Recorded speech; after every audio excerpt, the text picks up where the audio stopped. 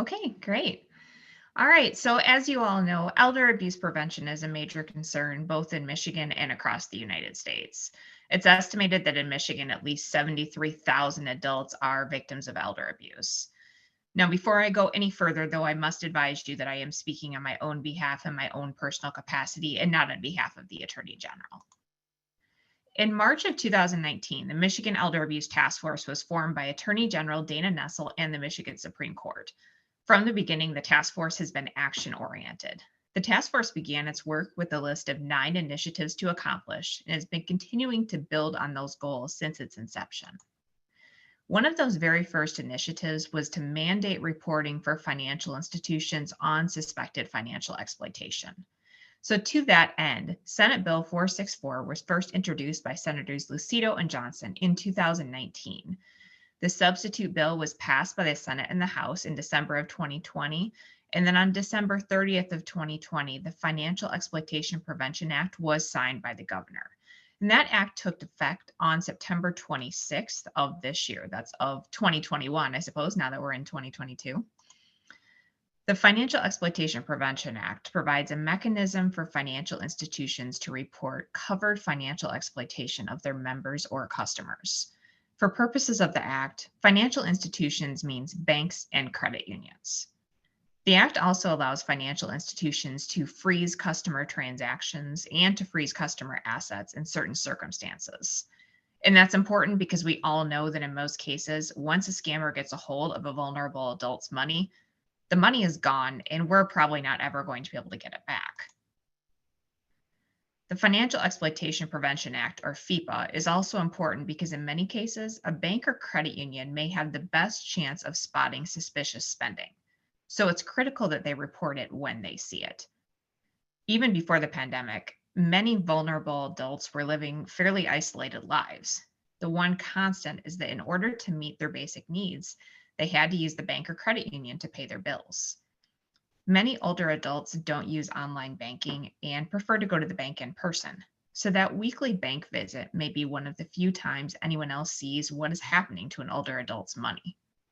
For example, I can tell you that I handled one case in which the victim was in her 90s and living alone when she got scammed by her investment advisor. She never had children, her husband had died 10 years ago, and her siblings had also predeceased her. She had a nephew that lived in another state and a niece that was busy taking care of another family member. Her niece only checked on her occasionally and didn't pay any attention to what was going on with her finances. When the victim became concerned because she couldn't figure out what happened to her money, she actually went to her bank for help because she didn't know who else she could trust. Now, under the Act, financial institutions must develop policies and training for recognizing covered financial exploitation of its customers, reporting that activity when it happens, and freezing assets or transactions when exploitation is suspected. Financial institutions can report covered financial exploitation of any customer or member when they see it, but the Act requires financial institution policies to include training and procedures for reporting covered financial exploitation of vulnerable adults. Vulnerable adult is defined by the Act as an adult who, because of mental or physical impairment or advanced age, is unable to protect himself or herself from covered financial exploitation. It's important to note that this definition is specific to the Financial Exploitation Act, as vulnerable adult is defined differently in other areas of Michigan law. The policy put in place by the financial institution may, but is not required to, cover reporting for other members or customers of the financial institutions who are not vulnerable adults. So that's really going to differ from financial institution to financial institution. But among other things, an institution policy must include procedures to follow when covered financial exploitation is suspected or detected, procedures for when exploitation is no longer suspected after investigation of available facts, procedures to follow when placing a freeze or a hold on an account, and designation of employees who will make any reports under the Act.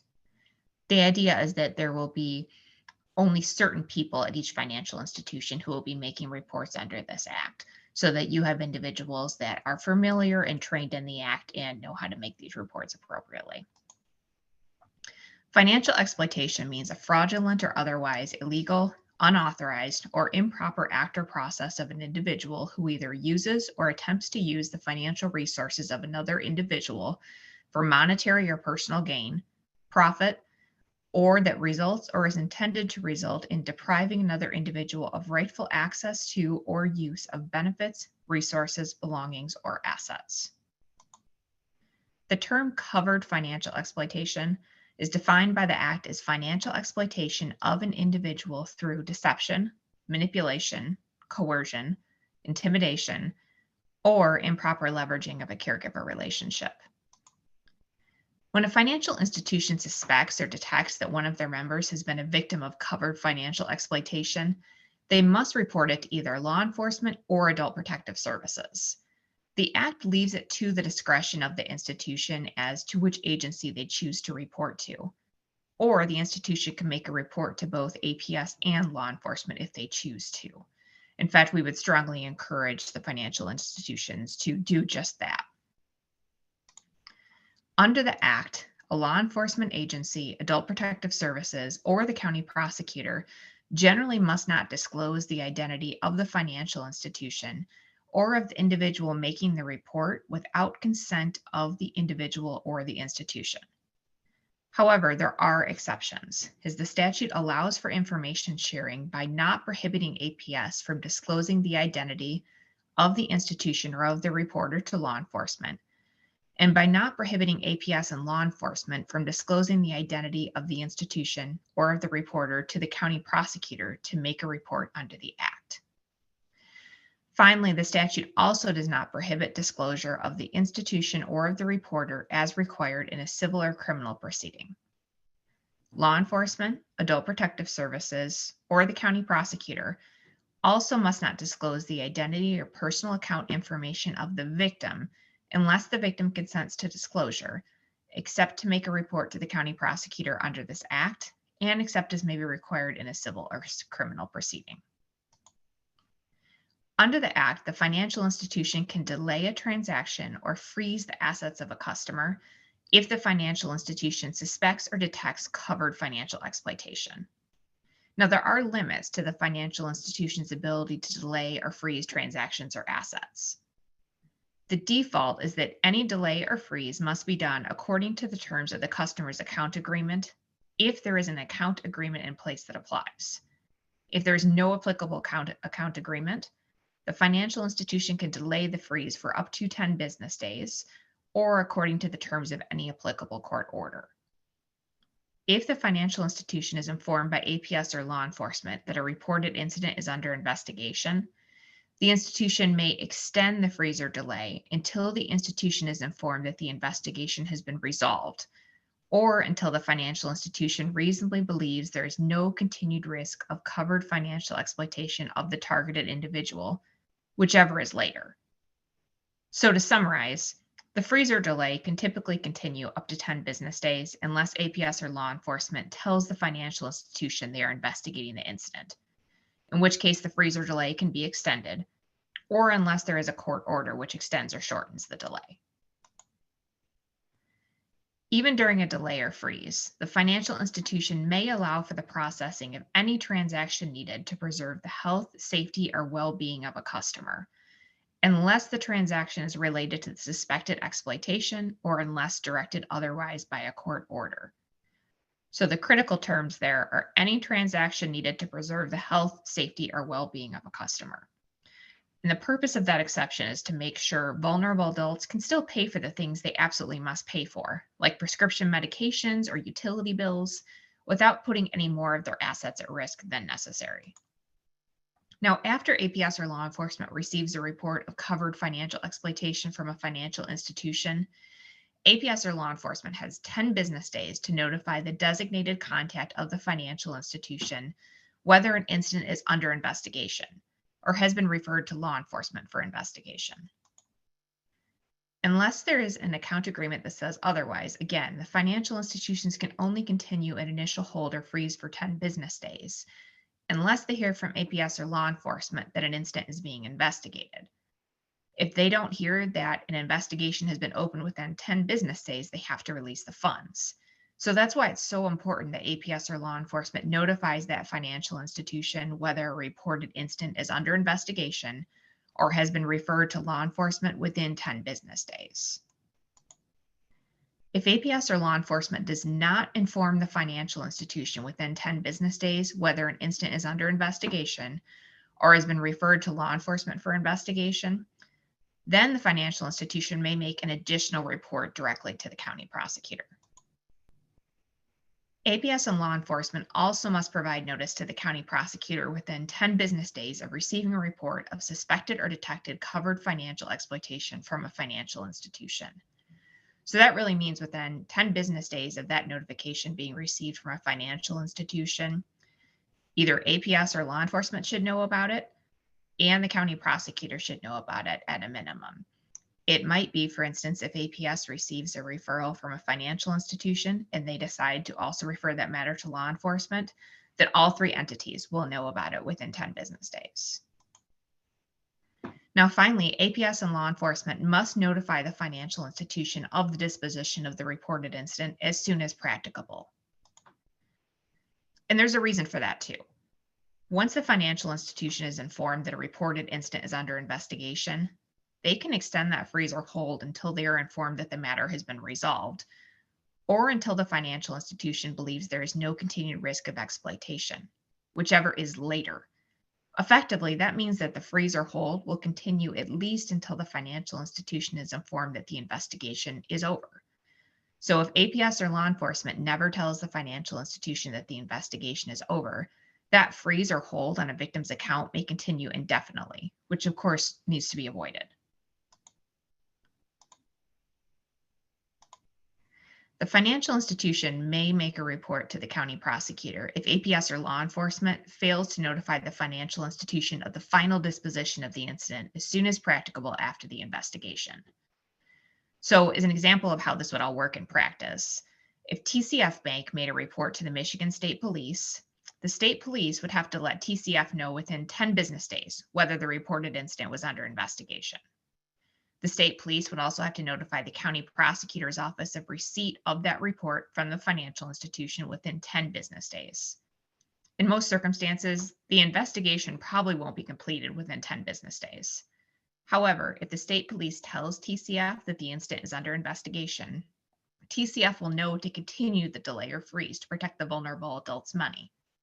Then when the investigation is complete, the state police will again contact TCF to let them know the outcome of the investigation.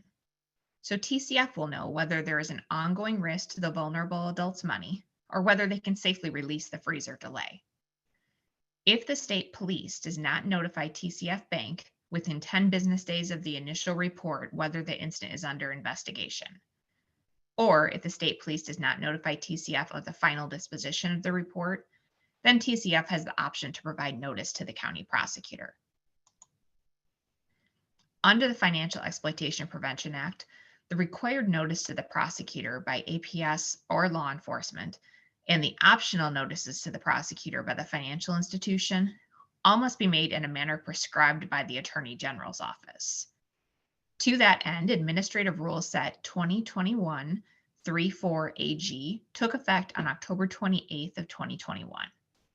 That rule set dictates how notification should be made to the county prosecutor under the Act. These rules were drafted by a subcommittee of the task force that included representatives of banks and credit unions, the Department of Insurance and Financial Services, law enforcement, prosecutors, and adult protective services. The rule set includes one form for use by APS and law enforcement and a second form for use by the financial institutions, all to provide notice to the county prosecutor's office. The rule set also includes instructions for financial institutions on how they should determine which county prosecutor to contact. The administrative rules, the rules for adult protective services and law enforcement to notify the county prosecutor of a report of covered exploitation under the Act, the form for the financial institutions to notify the county prosecutor directly of covered exploitation under the Act, and the directory of non-emergency police contact numbers are all available at michiganprosecutor.org, and the hyperlink you should see up on the screen. Once you're on that page, you will see an option to click on the Public Resources menu on the right-hand side of the page, which will take you to all of those documents. This is a copy of the form that Adult Protective Services and law enforcement will use to notify the county prosecutor that they have received a report of covered financial exploitation from a financial institution. The form requires APS and law enforcement to attach a copy of their individual reports and a copy of any written report or information submitted by the financial institution, along with the description of the actions taken by APS or law enforcement. If the form is submitted by APS, for example, the APS employee would attach a copy of the APS report, including information provided by the financial institution, and then would describe any actions APS took upon receipt of the report from the financial institution. This is a copy of the form that a financial institution will use to notify the county prosecutor that they had a problem with communication with APS or law enforcement when the financial institution made a report under the Act. The form requires a description of the institution's efforts to contact APS or law enforcement and a description of the alleged covered financial exploitation that was observed.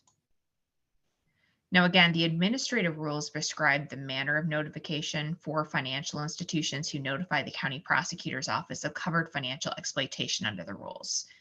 And essentially, the rules provide that the financial institution may contact the county prosecutor when there's a problem with notification to or from Adult Protective Services or law enforcement.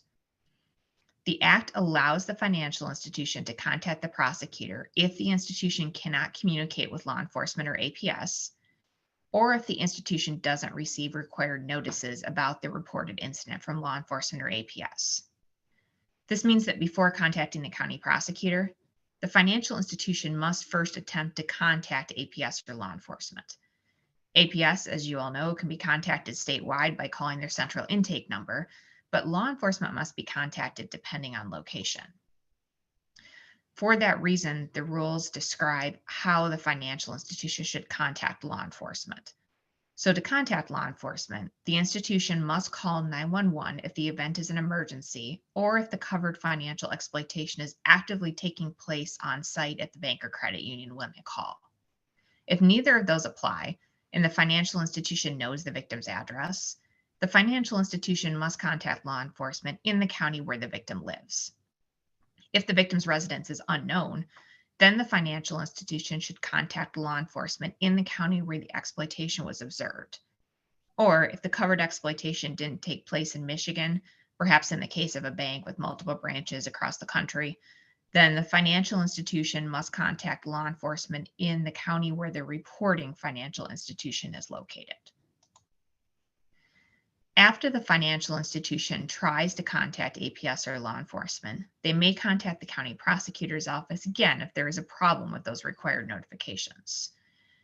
So if the financial institution was able to contact APS or law enforcement, and the financial institution knows where the APS worker or law enforcement worker is located, then the financial institution should contact the county prosecutor where that worker or officer is stationed. So this situation is going to be most common when the financial institution contacted APS or law enforcement, but then the financial institution didn't receive follow-up notifications from the agency handling the incident.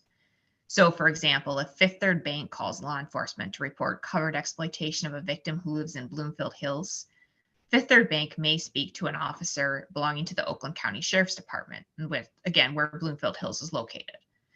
Officer Jones or whoever handled this matter should notify the bank within 10 business days whether the matter is under investigation. That same officer should also tell the bank what the final disposition or result of the investigation is.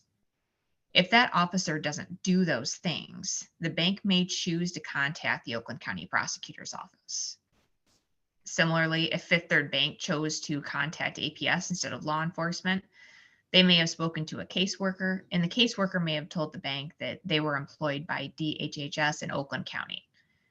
If that caseworker doesn't send the bank follow-up notifications, then the bank may contact the Oakland County Prosecutor's Office.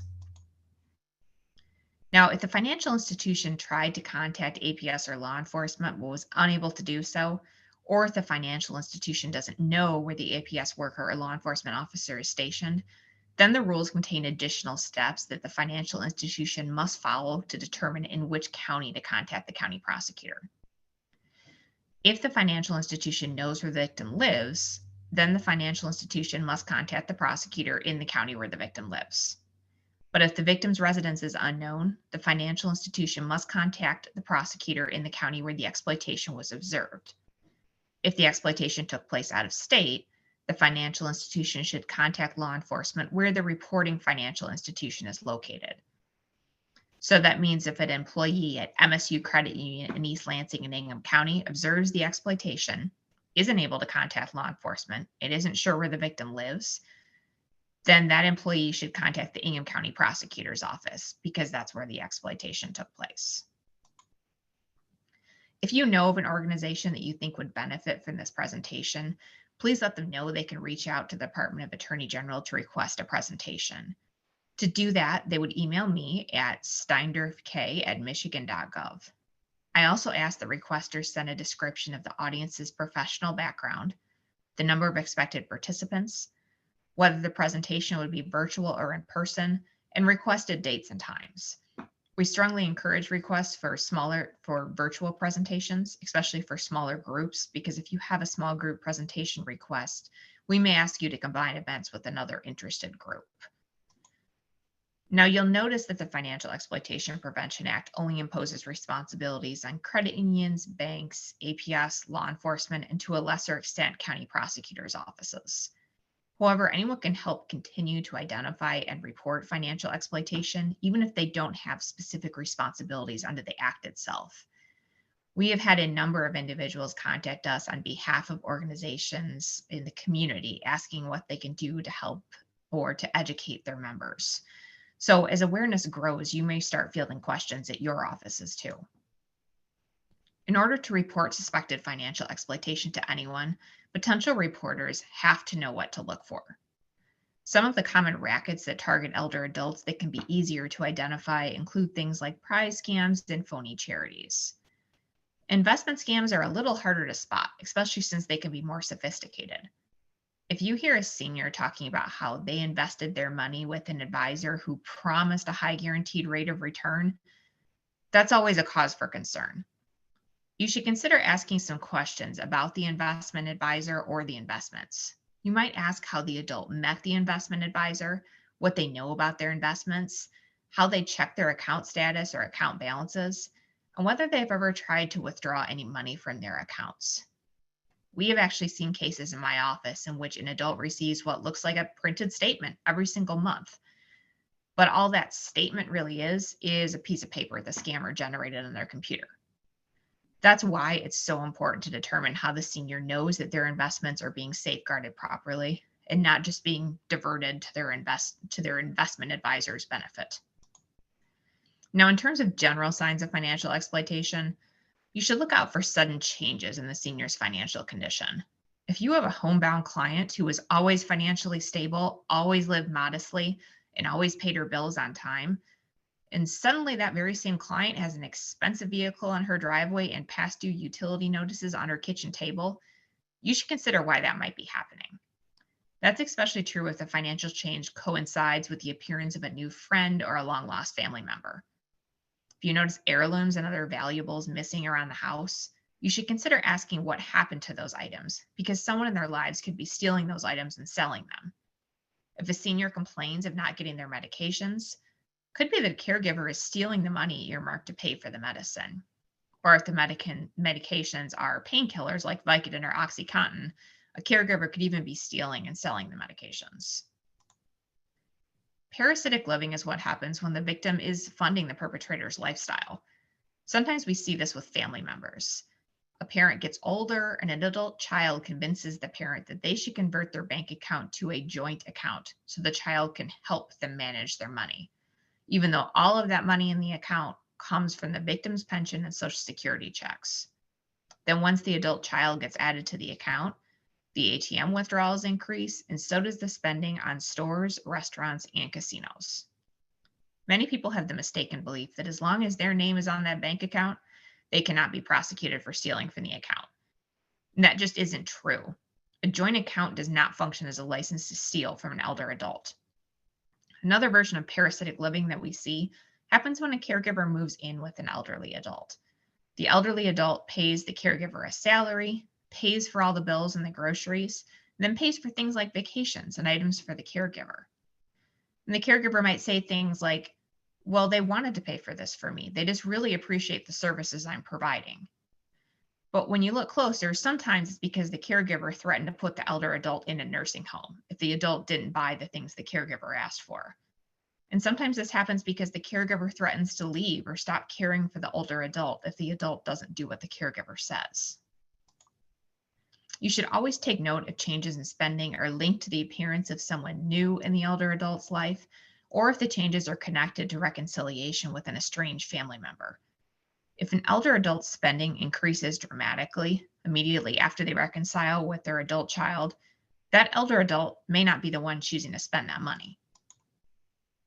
Financial institutions have the best opportunity to detect changes in spending patterns or increased debit withdrawals.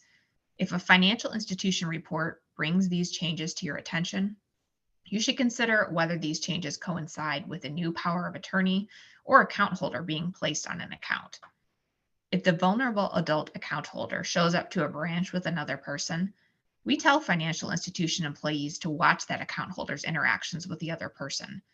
Is the second person trying to control the account holder's actions or telling them what to do? Does the account holder seem nervous or anxious around the second person? Is the account holder making a transaction request that, for the holder, is unusual? If you or someone you know is concerned about an elder or vulnerable adult's finances, consider asking the adult some questions about their money. You might ask things like, do you manage your own money or does someone help you? Who is the person who helps you? What things does that person help you with? How long have they helped you? Do you have everything you need, like food and medicine? Do you ever get any calls or notices about unpaid bills? Depending on your job and your relationship to the victim, you can even consider asking if you can review the victim's bank statements and bills together with the victim. The purpose of doing that would be to look for things like large checks written to cash, missing checks, or multiple large payments made to one person. If you're in the position to talk to the victim's family or friends, you can also ask them whether they have any concerns about the victim's ability to carry out their daily activities or the victim's finances. Some of the questions you should consider asking are whether there have been any changes in the victim's life or health, or whether they have been exhibiting any confusion. You should also ask about new friends or long-lost family members in the victim's life, whether anyone is helping the victim with their finances, and whether the victim has talked about having money problems. You might ask if they've observed new people living at the victim's house or new vehicles at the property or any other major changes. So, for example, if the victim requires regular in-home health assistance, you might ask if a new person has been providing care recently. If you have concerns about a vulnerable adult's ability to care for themselves and to pay for the supplies and services they need, you should call the 24-hour central intake line for APS. If you think a vulnerable adult may be the victim of a crime, you should contact law enforcement by either calling 911 or the local police agency phone number. You can also call both APS and law enforcement if you believe that a crime was committed and an adult may need assistance providing for themselves. If you think a vulnerable adult was abused in a nursing home or other licensed facility, call the Attorney General's Healthcare Fraud Division at 1-800-24-ABUSE.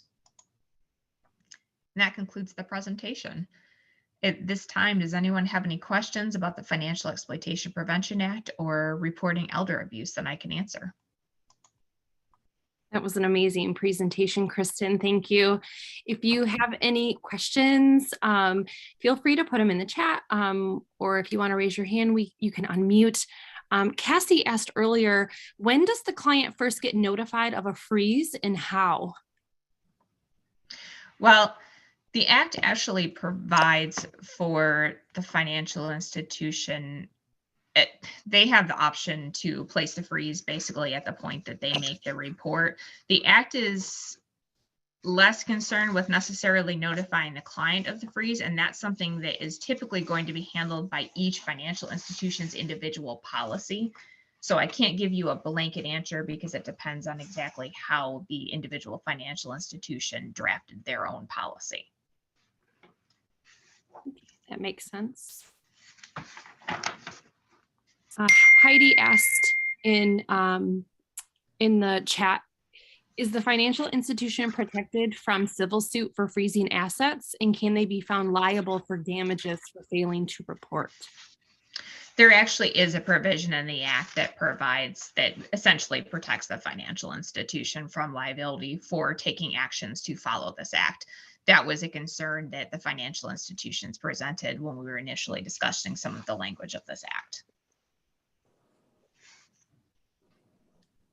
And could you briefly touch on the use of gift cards for financial exploitation?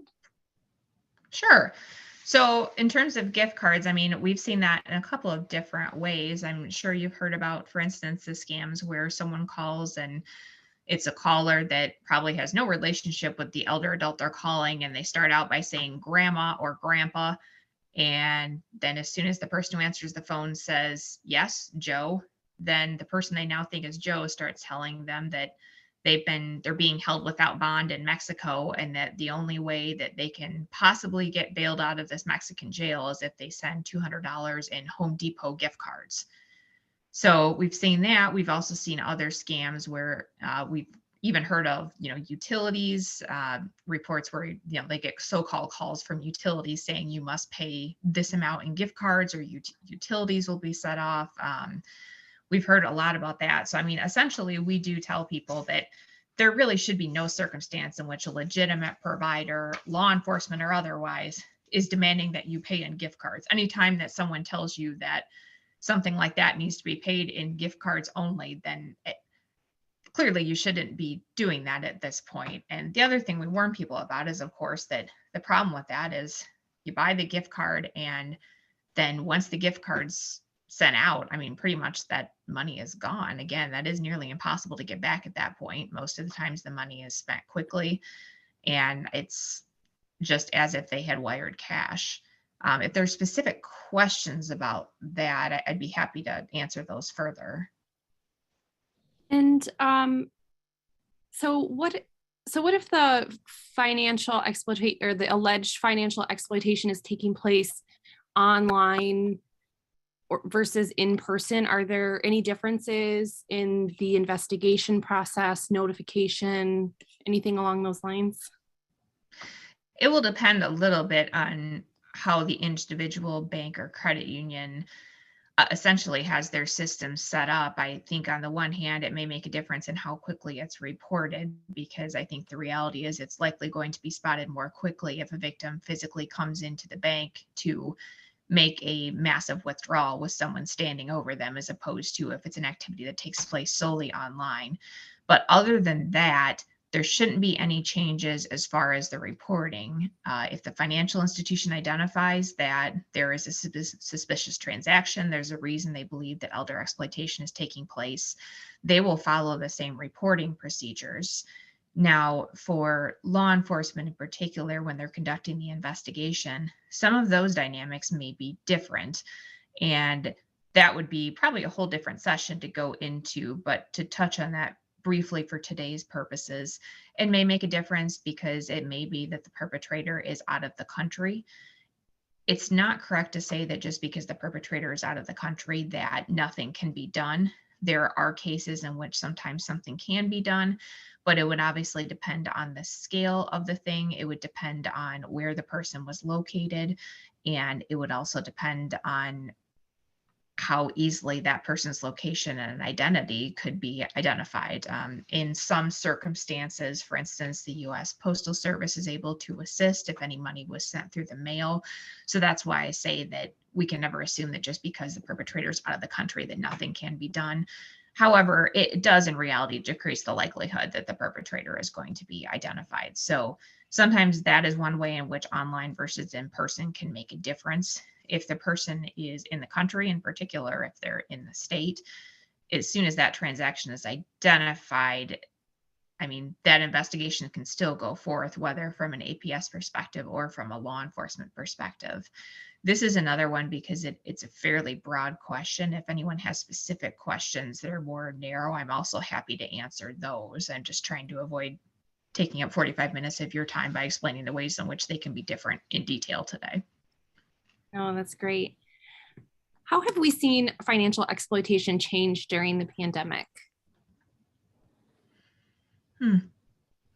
Well, I think one thing that we've seen that is a little bit different is, as I mentioned before, even before the pandemic, we did see a number of adults that were unfortunately fairly isolated. And I think that has gotten worse in some ways during the pandemic because people are encouraged to maintain social distance and not to be out unnecessarily in crowds, and especially individuals that even above and beyond age might have other vulnerabilities, medical conditions that makes them more vulnerable to COVID-19.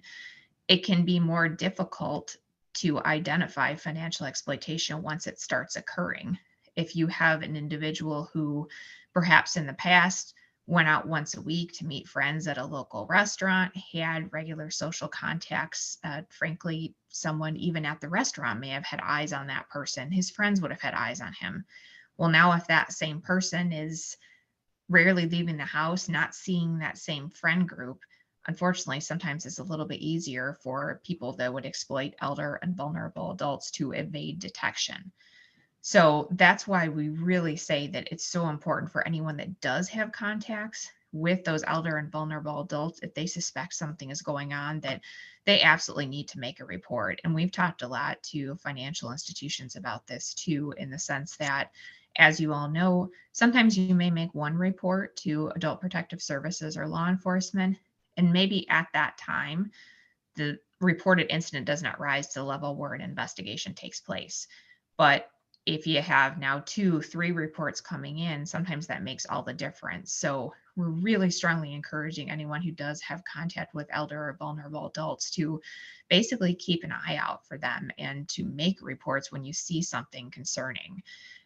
One thing that I think we're constantly fighting against, and something this was pre-pandemic and post-pandemic, is there are some individuals that unfortunately have the viewpoint that when it's an adult who has not necessarily been diagnosed with any type of cognitive limitation, that anything that's happening with their finances, it's their business and they shouldn't get involved. And basically, it's fine. They can take care of themselves. And so they're not going to pay any attention to what's going on with their finances. But that's not the full definition of vulnerability. And in fact, that case that I mentioned earlier on in the presentation, where I had unfortunately a widow in her 90s that was exploited by her investment advisor, that is what happened. The niece who had some contact with her, checked on her occasionally, said she didn't pay any attention to what was happening to her aunt's finances because she was an adult, she was living on her own, and so therefore she didn't think it was her business. Well, sometimes you need to make it your business, especially if you have concerns that something weird is going on. If you are seeing that perhaps suddenly now there is a family member, friend, even a healthcare worker who's really isolating an older adult and not allowing that older adult to speak to anyone or have access to anyone without them present, you should be asking more questions. Or if you hear an older adult that's talking about how they just made this sure thing investment and they're going to be making 15% a year and their investment advisor told them that, and so they're going to be set for life, we encourage people, ask more questions at that point. Don't just let that go and assume that that's none of your business. So I guess that's my answer to that question. No, that's helpful. When an account is frozen, Gary says he assumes the client continues to have easy access to their own funds. No, they do not. And that's important because, to give you an example, sometimes of what we have seen is that unfortunately the victim is not always easily convinced that they are potentially being victimized. So we have seen cases in which we've actually had to have several very long discussions with the victim when we can see from looking at their bank account that they've had hundreds of thousands of dollars stolen from their account. The victim sometimes is just not convinced that that's the case. They believe that the person they're dealing with has legitimate intentions. Maybe it's a family member they thought they could trust, that type of thing. So when the account is frozen, the client would not be able to get access to their own funds, except for those transactions that I mentioned that are necessary to preserve the client's health, safety, or welfare, as long as they're not the subject of the transaction of concern. So to give you an example of how this would work, if an elder adult were to come in to a bank, they were to come in with another individual who was standing over their shoulder telling them, okay, you need to withdraw $50,000. The bank's looking at the account. They see that that victim only has $60,000 in their entire account, and the victim never makes large withdrawals like that. If they have concerns, they can say, no, I'm going to freeze those funds. And the only thing that they need to allow the victim access to is basically if the victim says, I need to pay my rent, I need to pay for my prescriptions, that type of thing. So the idea is that then that person cannot come back the next day, see a different teller, wait until maybe their so-called caregiver isn't with them, and try again to withdraw the $50,000. We really are, the goal here is to protect the victim from having their bank account drained before anyone knows what's going on. If a vulnerable person has a legal guardian, can that guardian more easily exploit the person's financial assets? Unfortunately, sometimes, in that the guardian, depending on the terms of the individual guardianship, the guardian may have access to the person's financial assets, but that gets complicated because it depends on the individual situation. A guardian is someone that's appointed by the court. That's different than a power of attorney or anyone who has any type of limited authority, for instance, that's the client themselves granted to the individual. So when a guardian is appointed, that person has been appointed by the court. And there may also be a conservator that's appointed by the court as well, especially if the person has significant financial assets. If that's the case, if there is a separate conservator, the guardian may not really have access to things like the person's financial accounts because that would all be handled by the conservator. However, there are circumstances in which we have seen that guardians have chosen to exploit the person's financial assets of the person whom they are taking care of. So it's really a case by case basis, and I don't at all want to imply that you should be suspicious of all guardians, because sometimes what we see is there are actually more problems even with things like power of attorneys, just because power of attorney arrangements are not supervised as closely by the courts. But power of attorney arrangements are not inherently a bad thing either. If it's someone that handles their authority responsibly, if it's someone that the victim trusts, then power of attorneys can also be a good thing. So I wouldn't want to say more easily, because the flip side of that is if a person who needs a guardian or at least a power of attorney arrangement in place doesn't have either of those things, then it makes it a lot easier for either family members with bad intent or even for strangers, professionals like the investment advisor I mentioned, to take advantage of their financial assets. Do we know approximately how many cases since the law has taken effect? How many reports or how many cases being investigated? Both, I guess. Yeah, actually, well, we're working on that a little bit, and I actually do have that number if you'll bear with me for a second. I think, Danielle, you might be muted. Oh. Can you not hear me? Sorry. I can. Oh, there we go. Yep, now I can hear you. Right. There might have been a little bit of a delay. And if you'll give me one moment, I can give you a number. It's not the most recent number, but I think it'll still give you some idea of the number of financial exploitation prevention reports. With law enforcement, it's a little more difficult to identify those numbers because obviously they aren't as centralized as with adult protective services, but I actually do have a number that I can give you on that. One moment, please. Mm-hmm.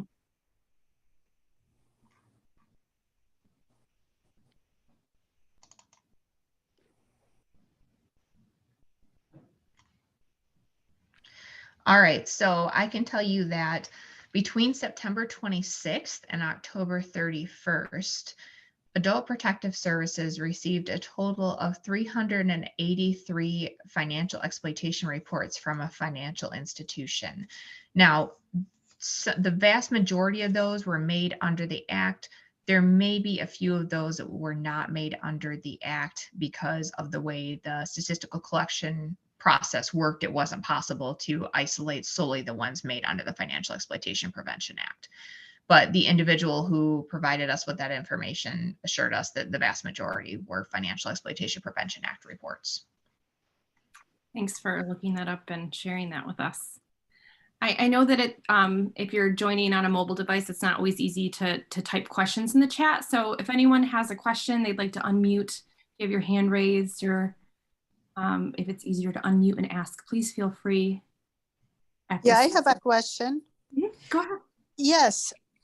If you share a joint account in terms of disability for a few months because you need someone to take care of your business, financial business for a while, is it easy to remove that person when you're ready to say, I'm independent again, or it's difficult from the bank?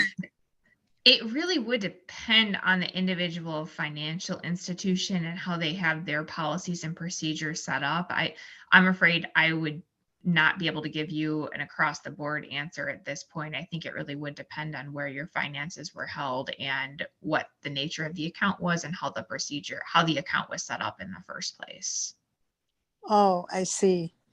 Okay, one more question about the freeze.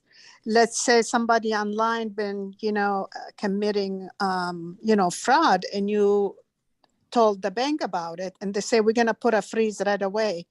Can you take that freeze immediately after a few weeks when there is no sign of fraud? You just made a mistake, or, you had some doubt? Or you're going to have a problem? Sure, I understand the question. So, just to restate for everyone, I mean, essentially the question is, if you're concerned there's some kind of fraud, you contact the bank places a freeze, then do you have the ability yourself to lift the freeze, or how does that happen if later you realize that in fact everything was fine?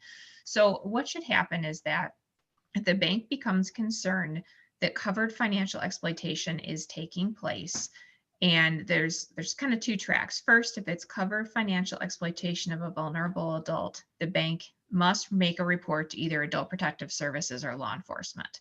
Now, if it's covered financial exploitation of an adult who does not constitute a vulnerable adult, the bank may make a report to Adult Protective Services or law enforcement.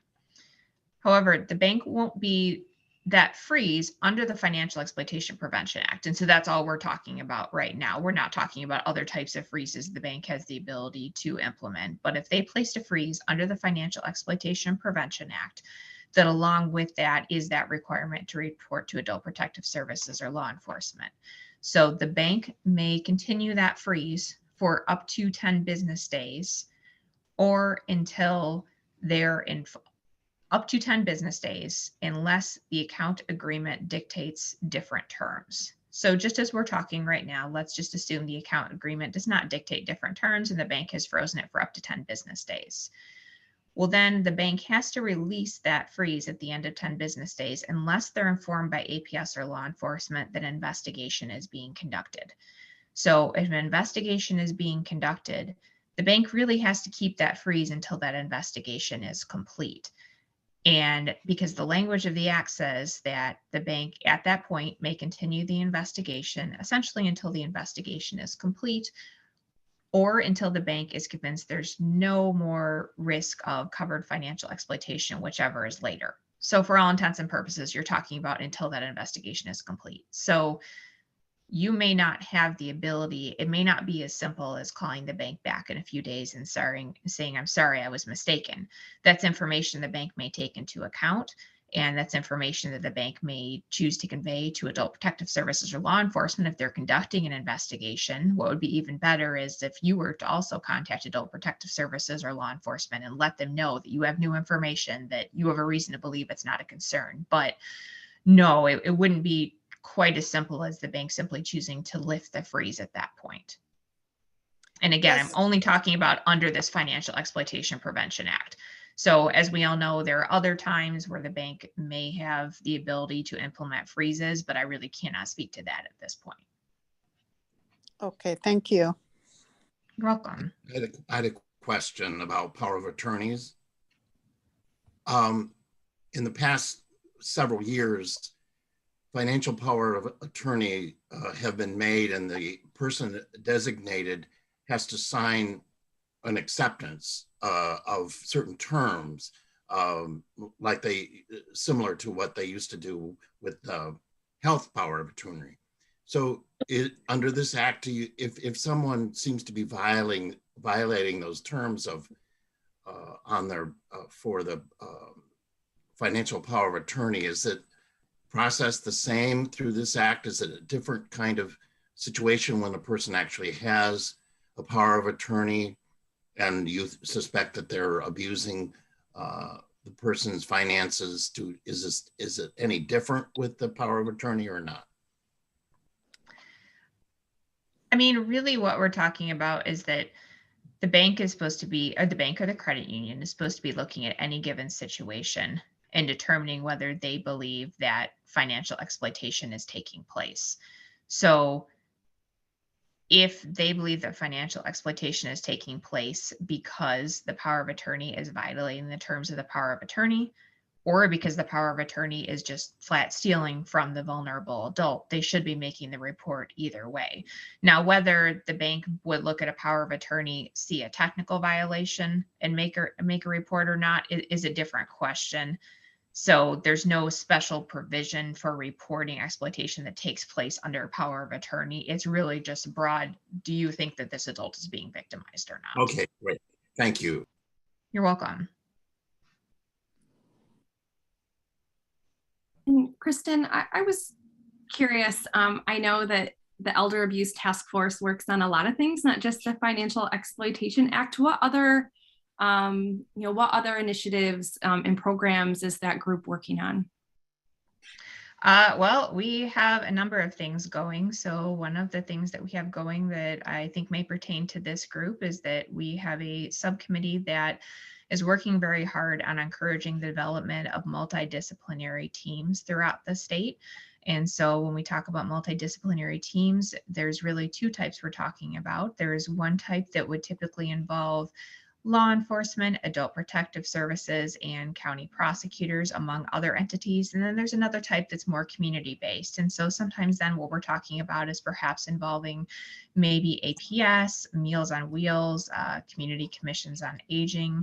And the goal across the board with encouraging the development of both of these types of multidisciplinary teams or MDTs is to really make sure that we will be offering the best services possible for each individual in need, regardless of the situation. Because I think we've all seen times in which compartmentalization sometimes affects the ability to provide services to individuals as needed. And so, for instance, we've talked a little bit today about how if you have an adult who's being victimized and you believe a crime is being committed, well, you may want to call law enforcement because you want that crime to be stopped and you want the perpetrator to be identified and possibly prosecuted. But that doesn't necessarily mean that that adult gets dinner on the table that night, or that they know how they're supposed to care for themselves if that perpetrator is removed from their life. So that's when we also say it would be good to call adult protective services, because adult protective services is great at making sure that those adults have what they need.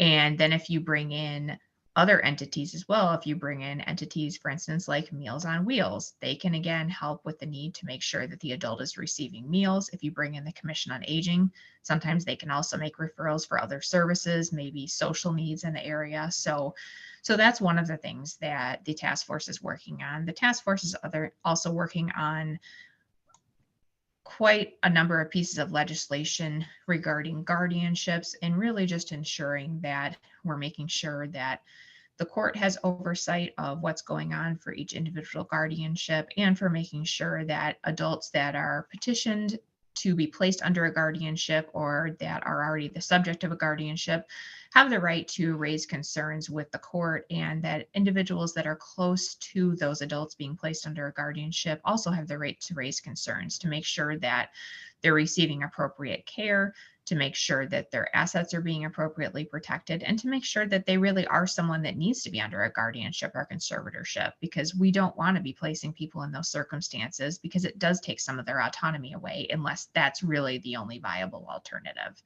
So those are just a few of the things that we're working on right now. And Danielle, hi, this is Ken Sherman. Can you hear me? Yes, I can. Hi, I'm the rep for NSW Michigan on the task force, and I'm a member of the Healthcare Education Committee, and we developed a number of training modules that are available on the Attorney General's website for both caregivers and professionals. For social workers and other mandatory reporters, we developed a training module regarding mandatory reporting as it relates to elder abuse, neglect, and exploitation. So we're doing a lot of training modules for different settings and individuals, whether it's private duty caregivers, agencies, or professionals like social workers. So a lot of that is going on now. We're currently working on a training module for complaints, resident rights in nursing home settings that hopefully we'll have done sometime in January, that will then be uploaded on the Attorney General's website. Thank you. Thank you, Ken. That's a great point. I'm glad you pointed that out.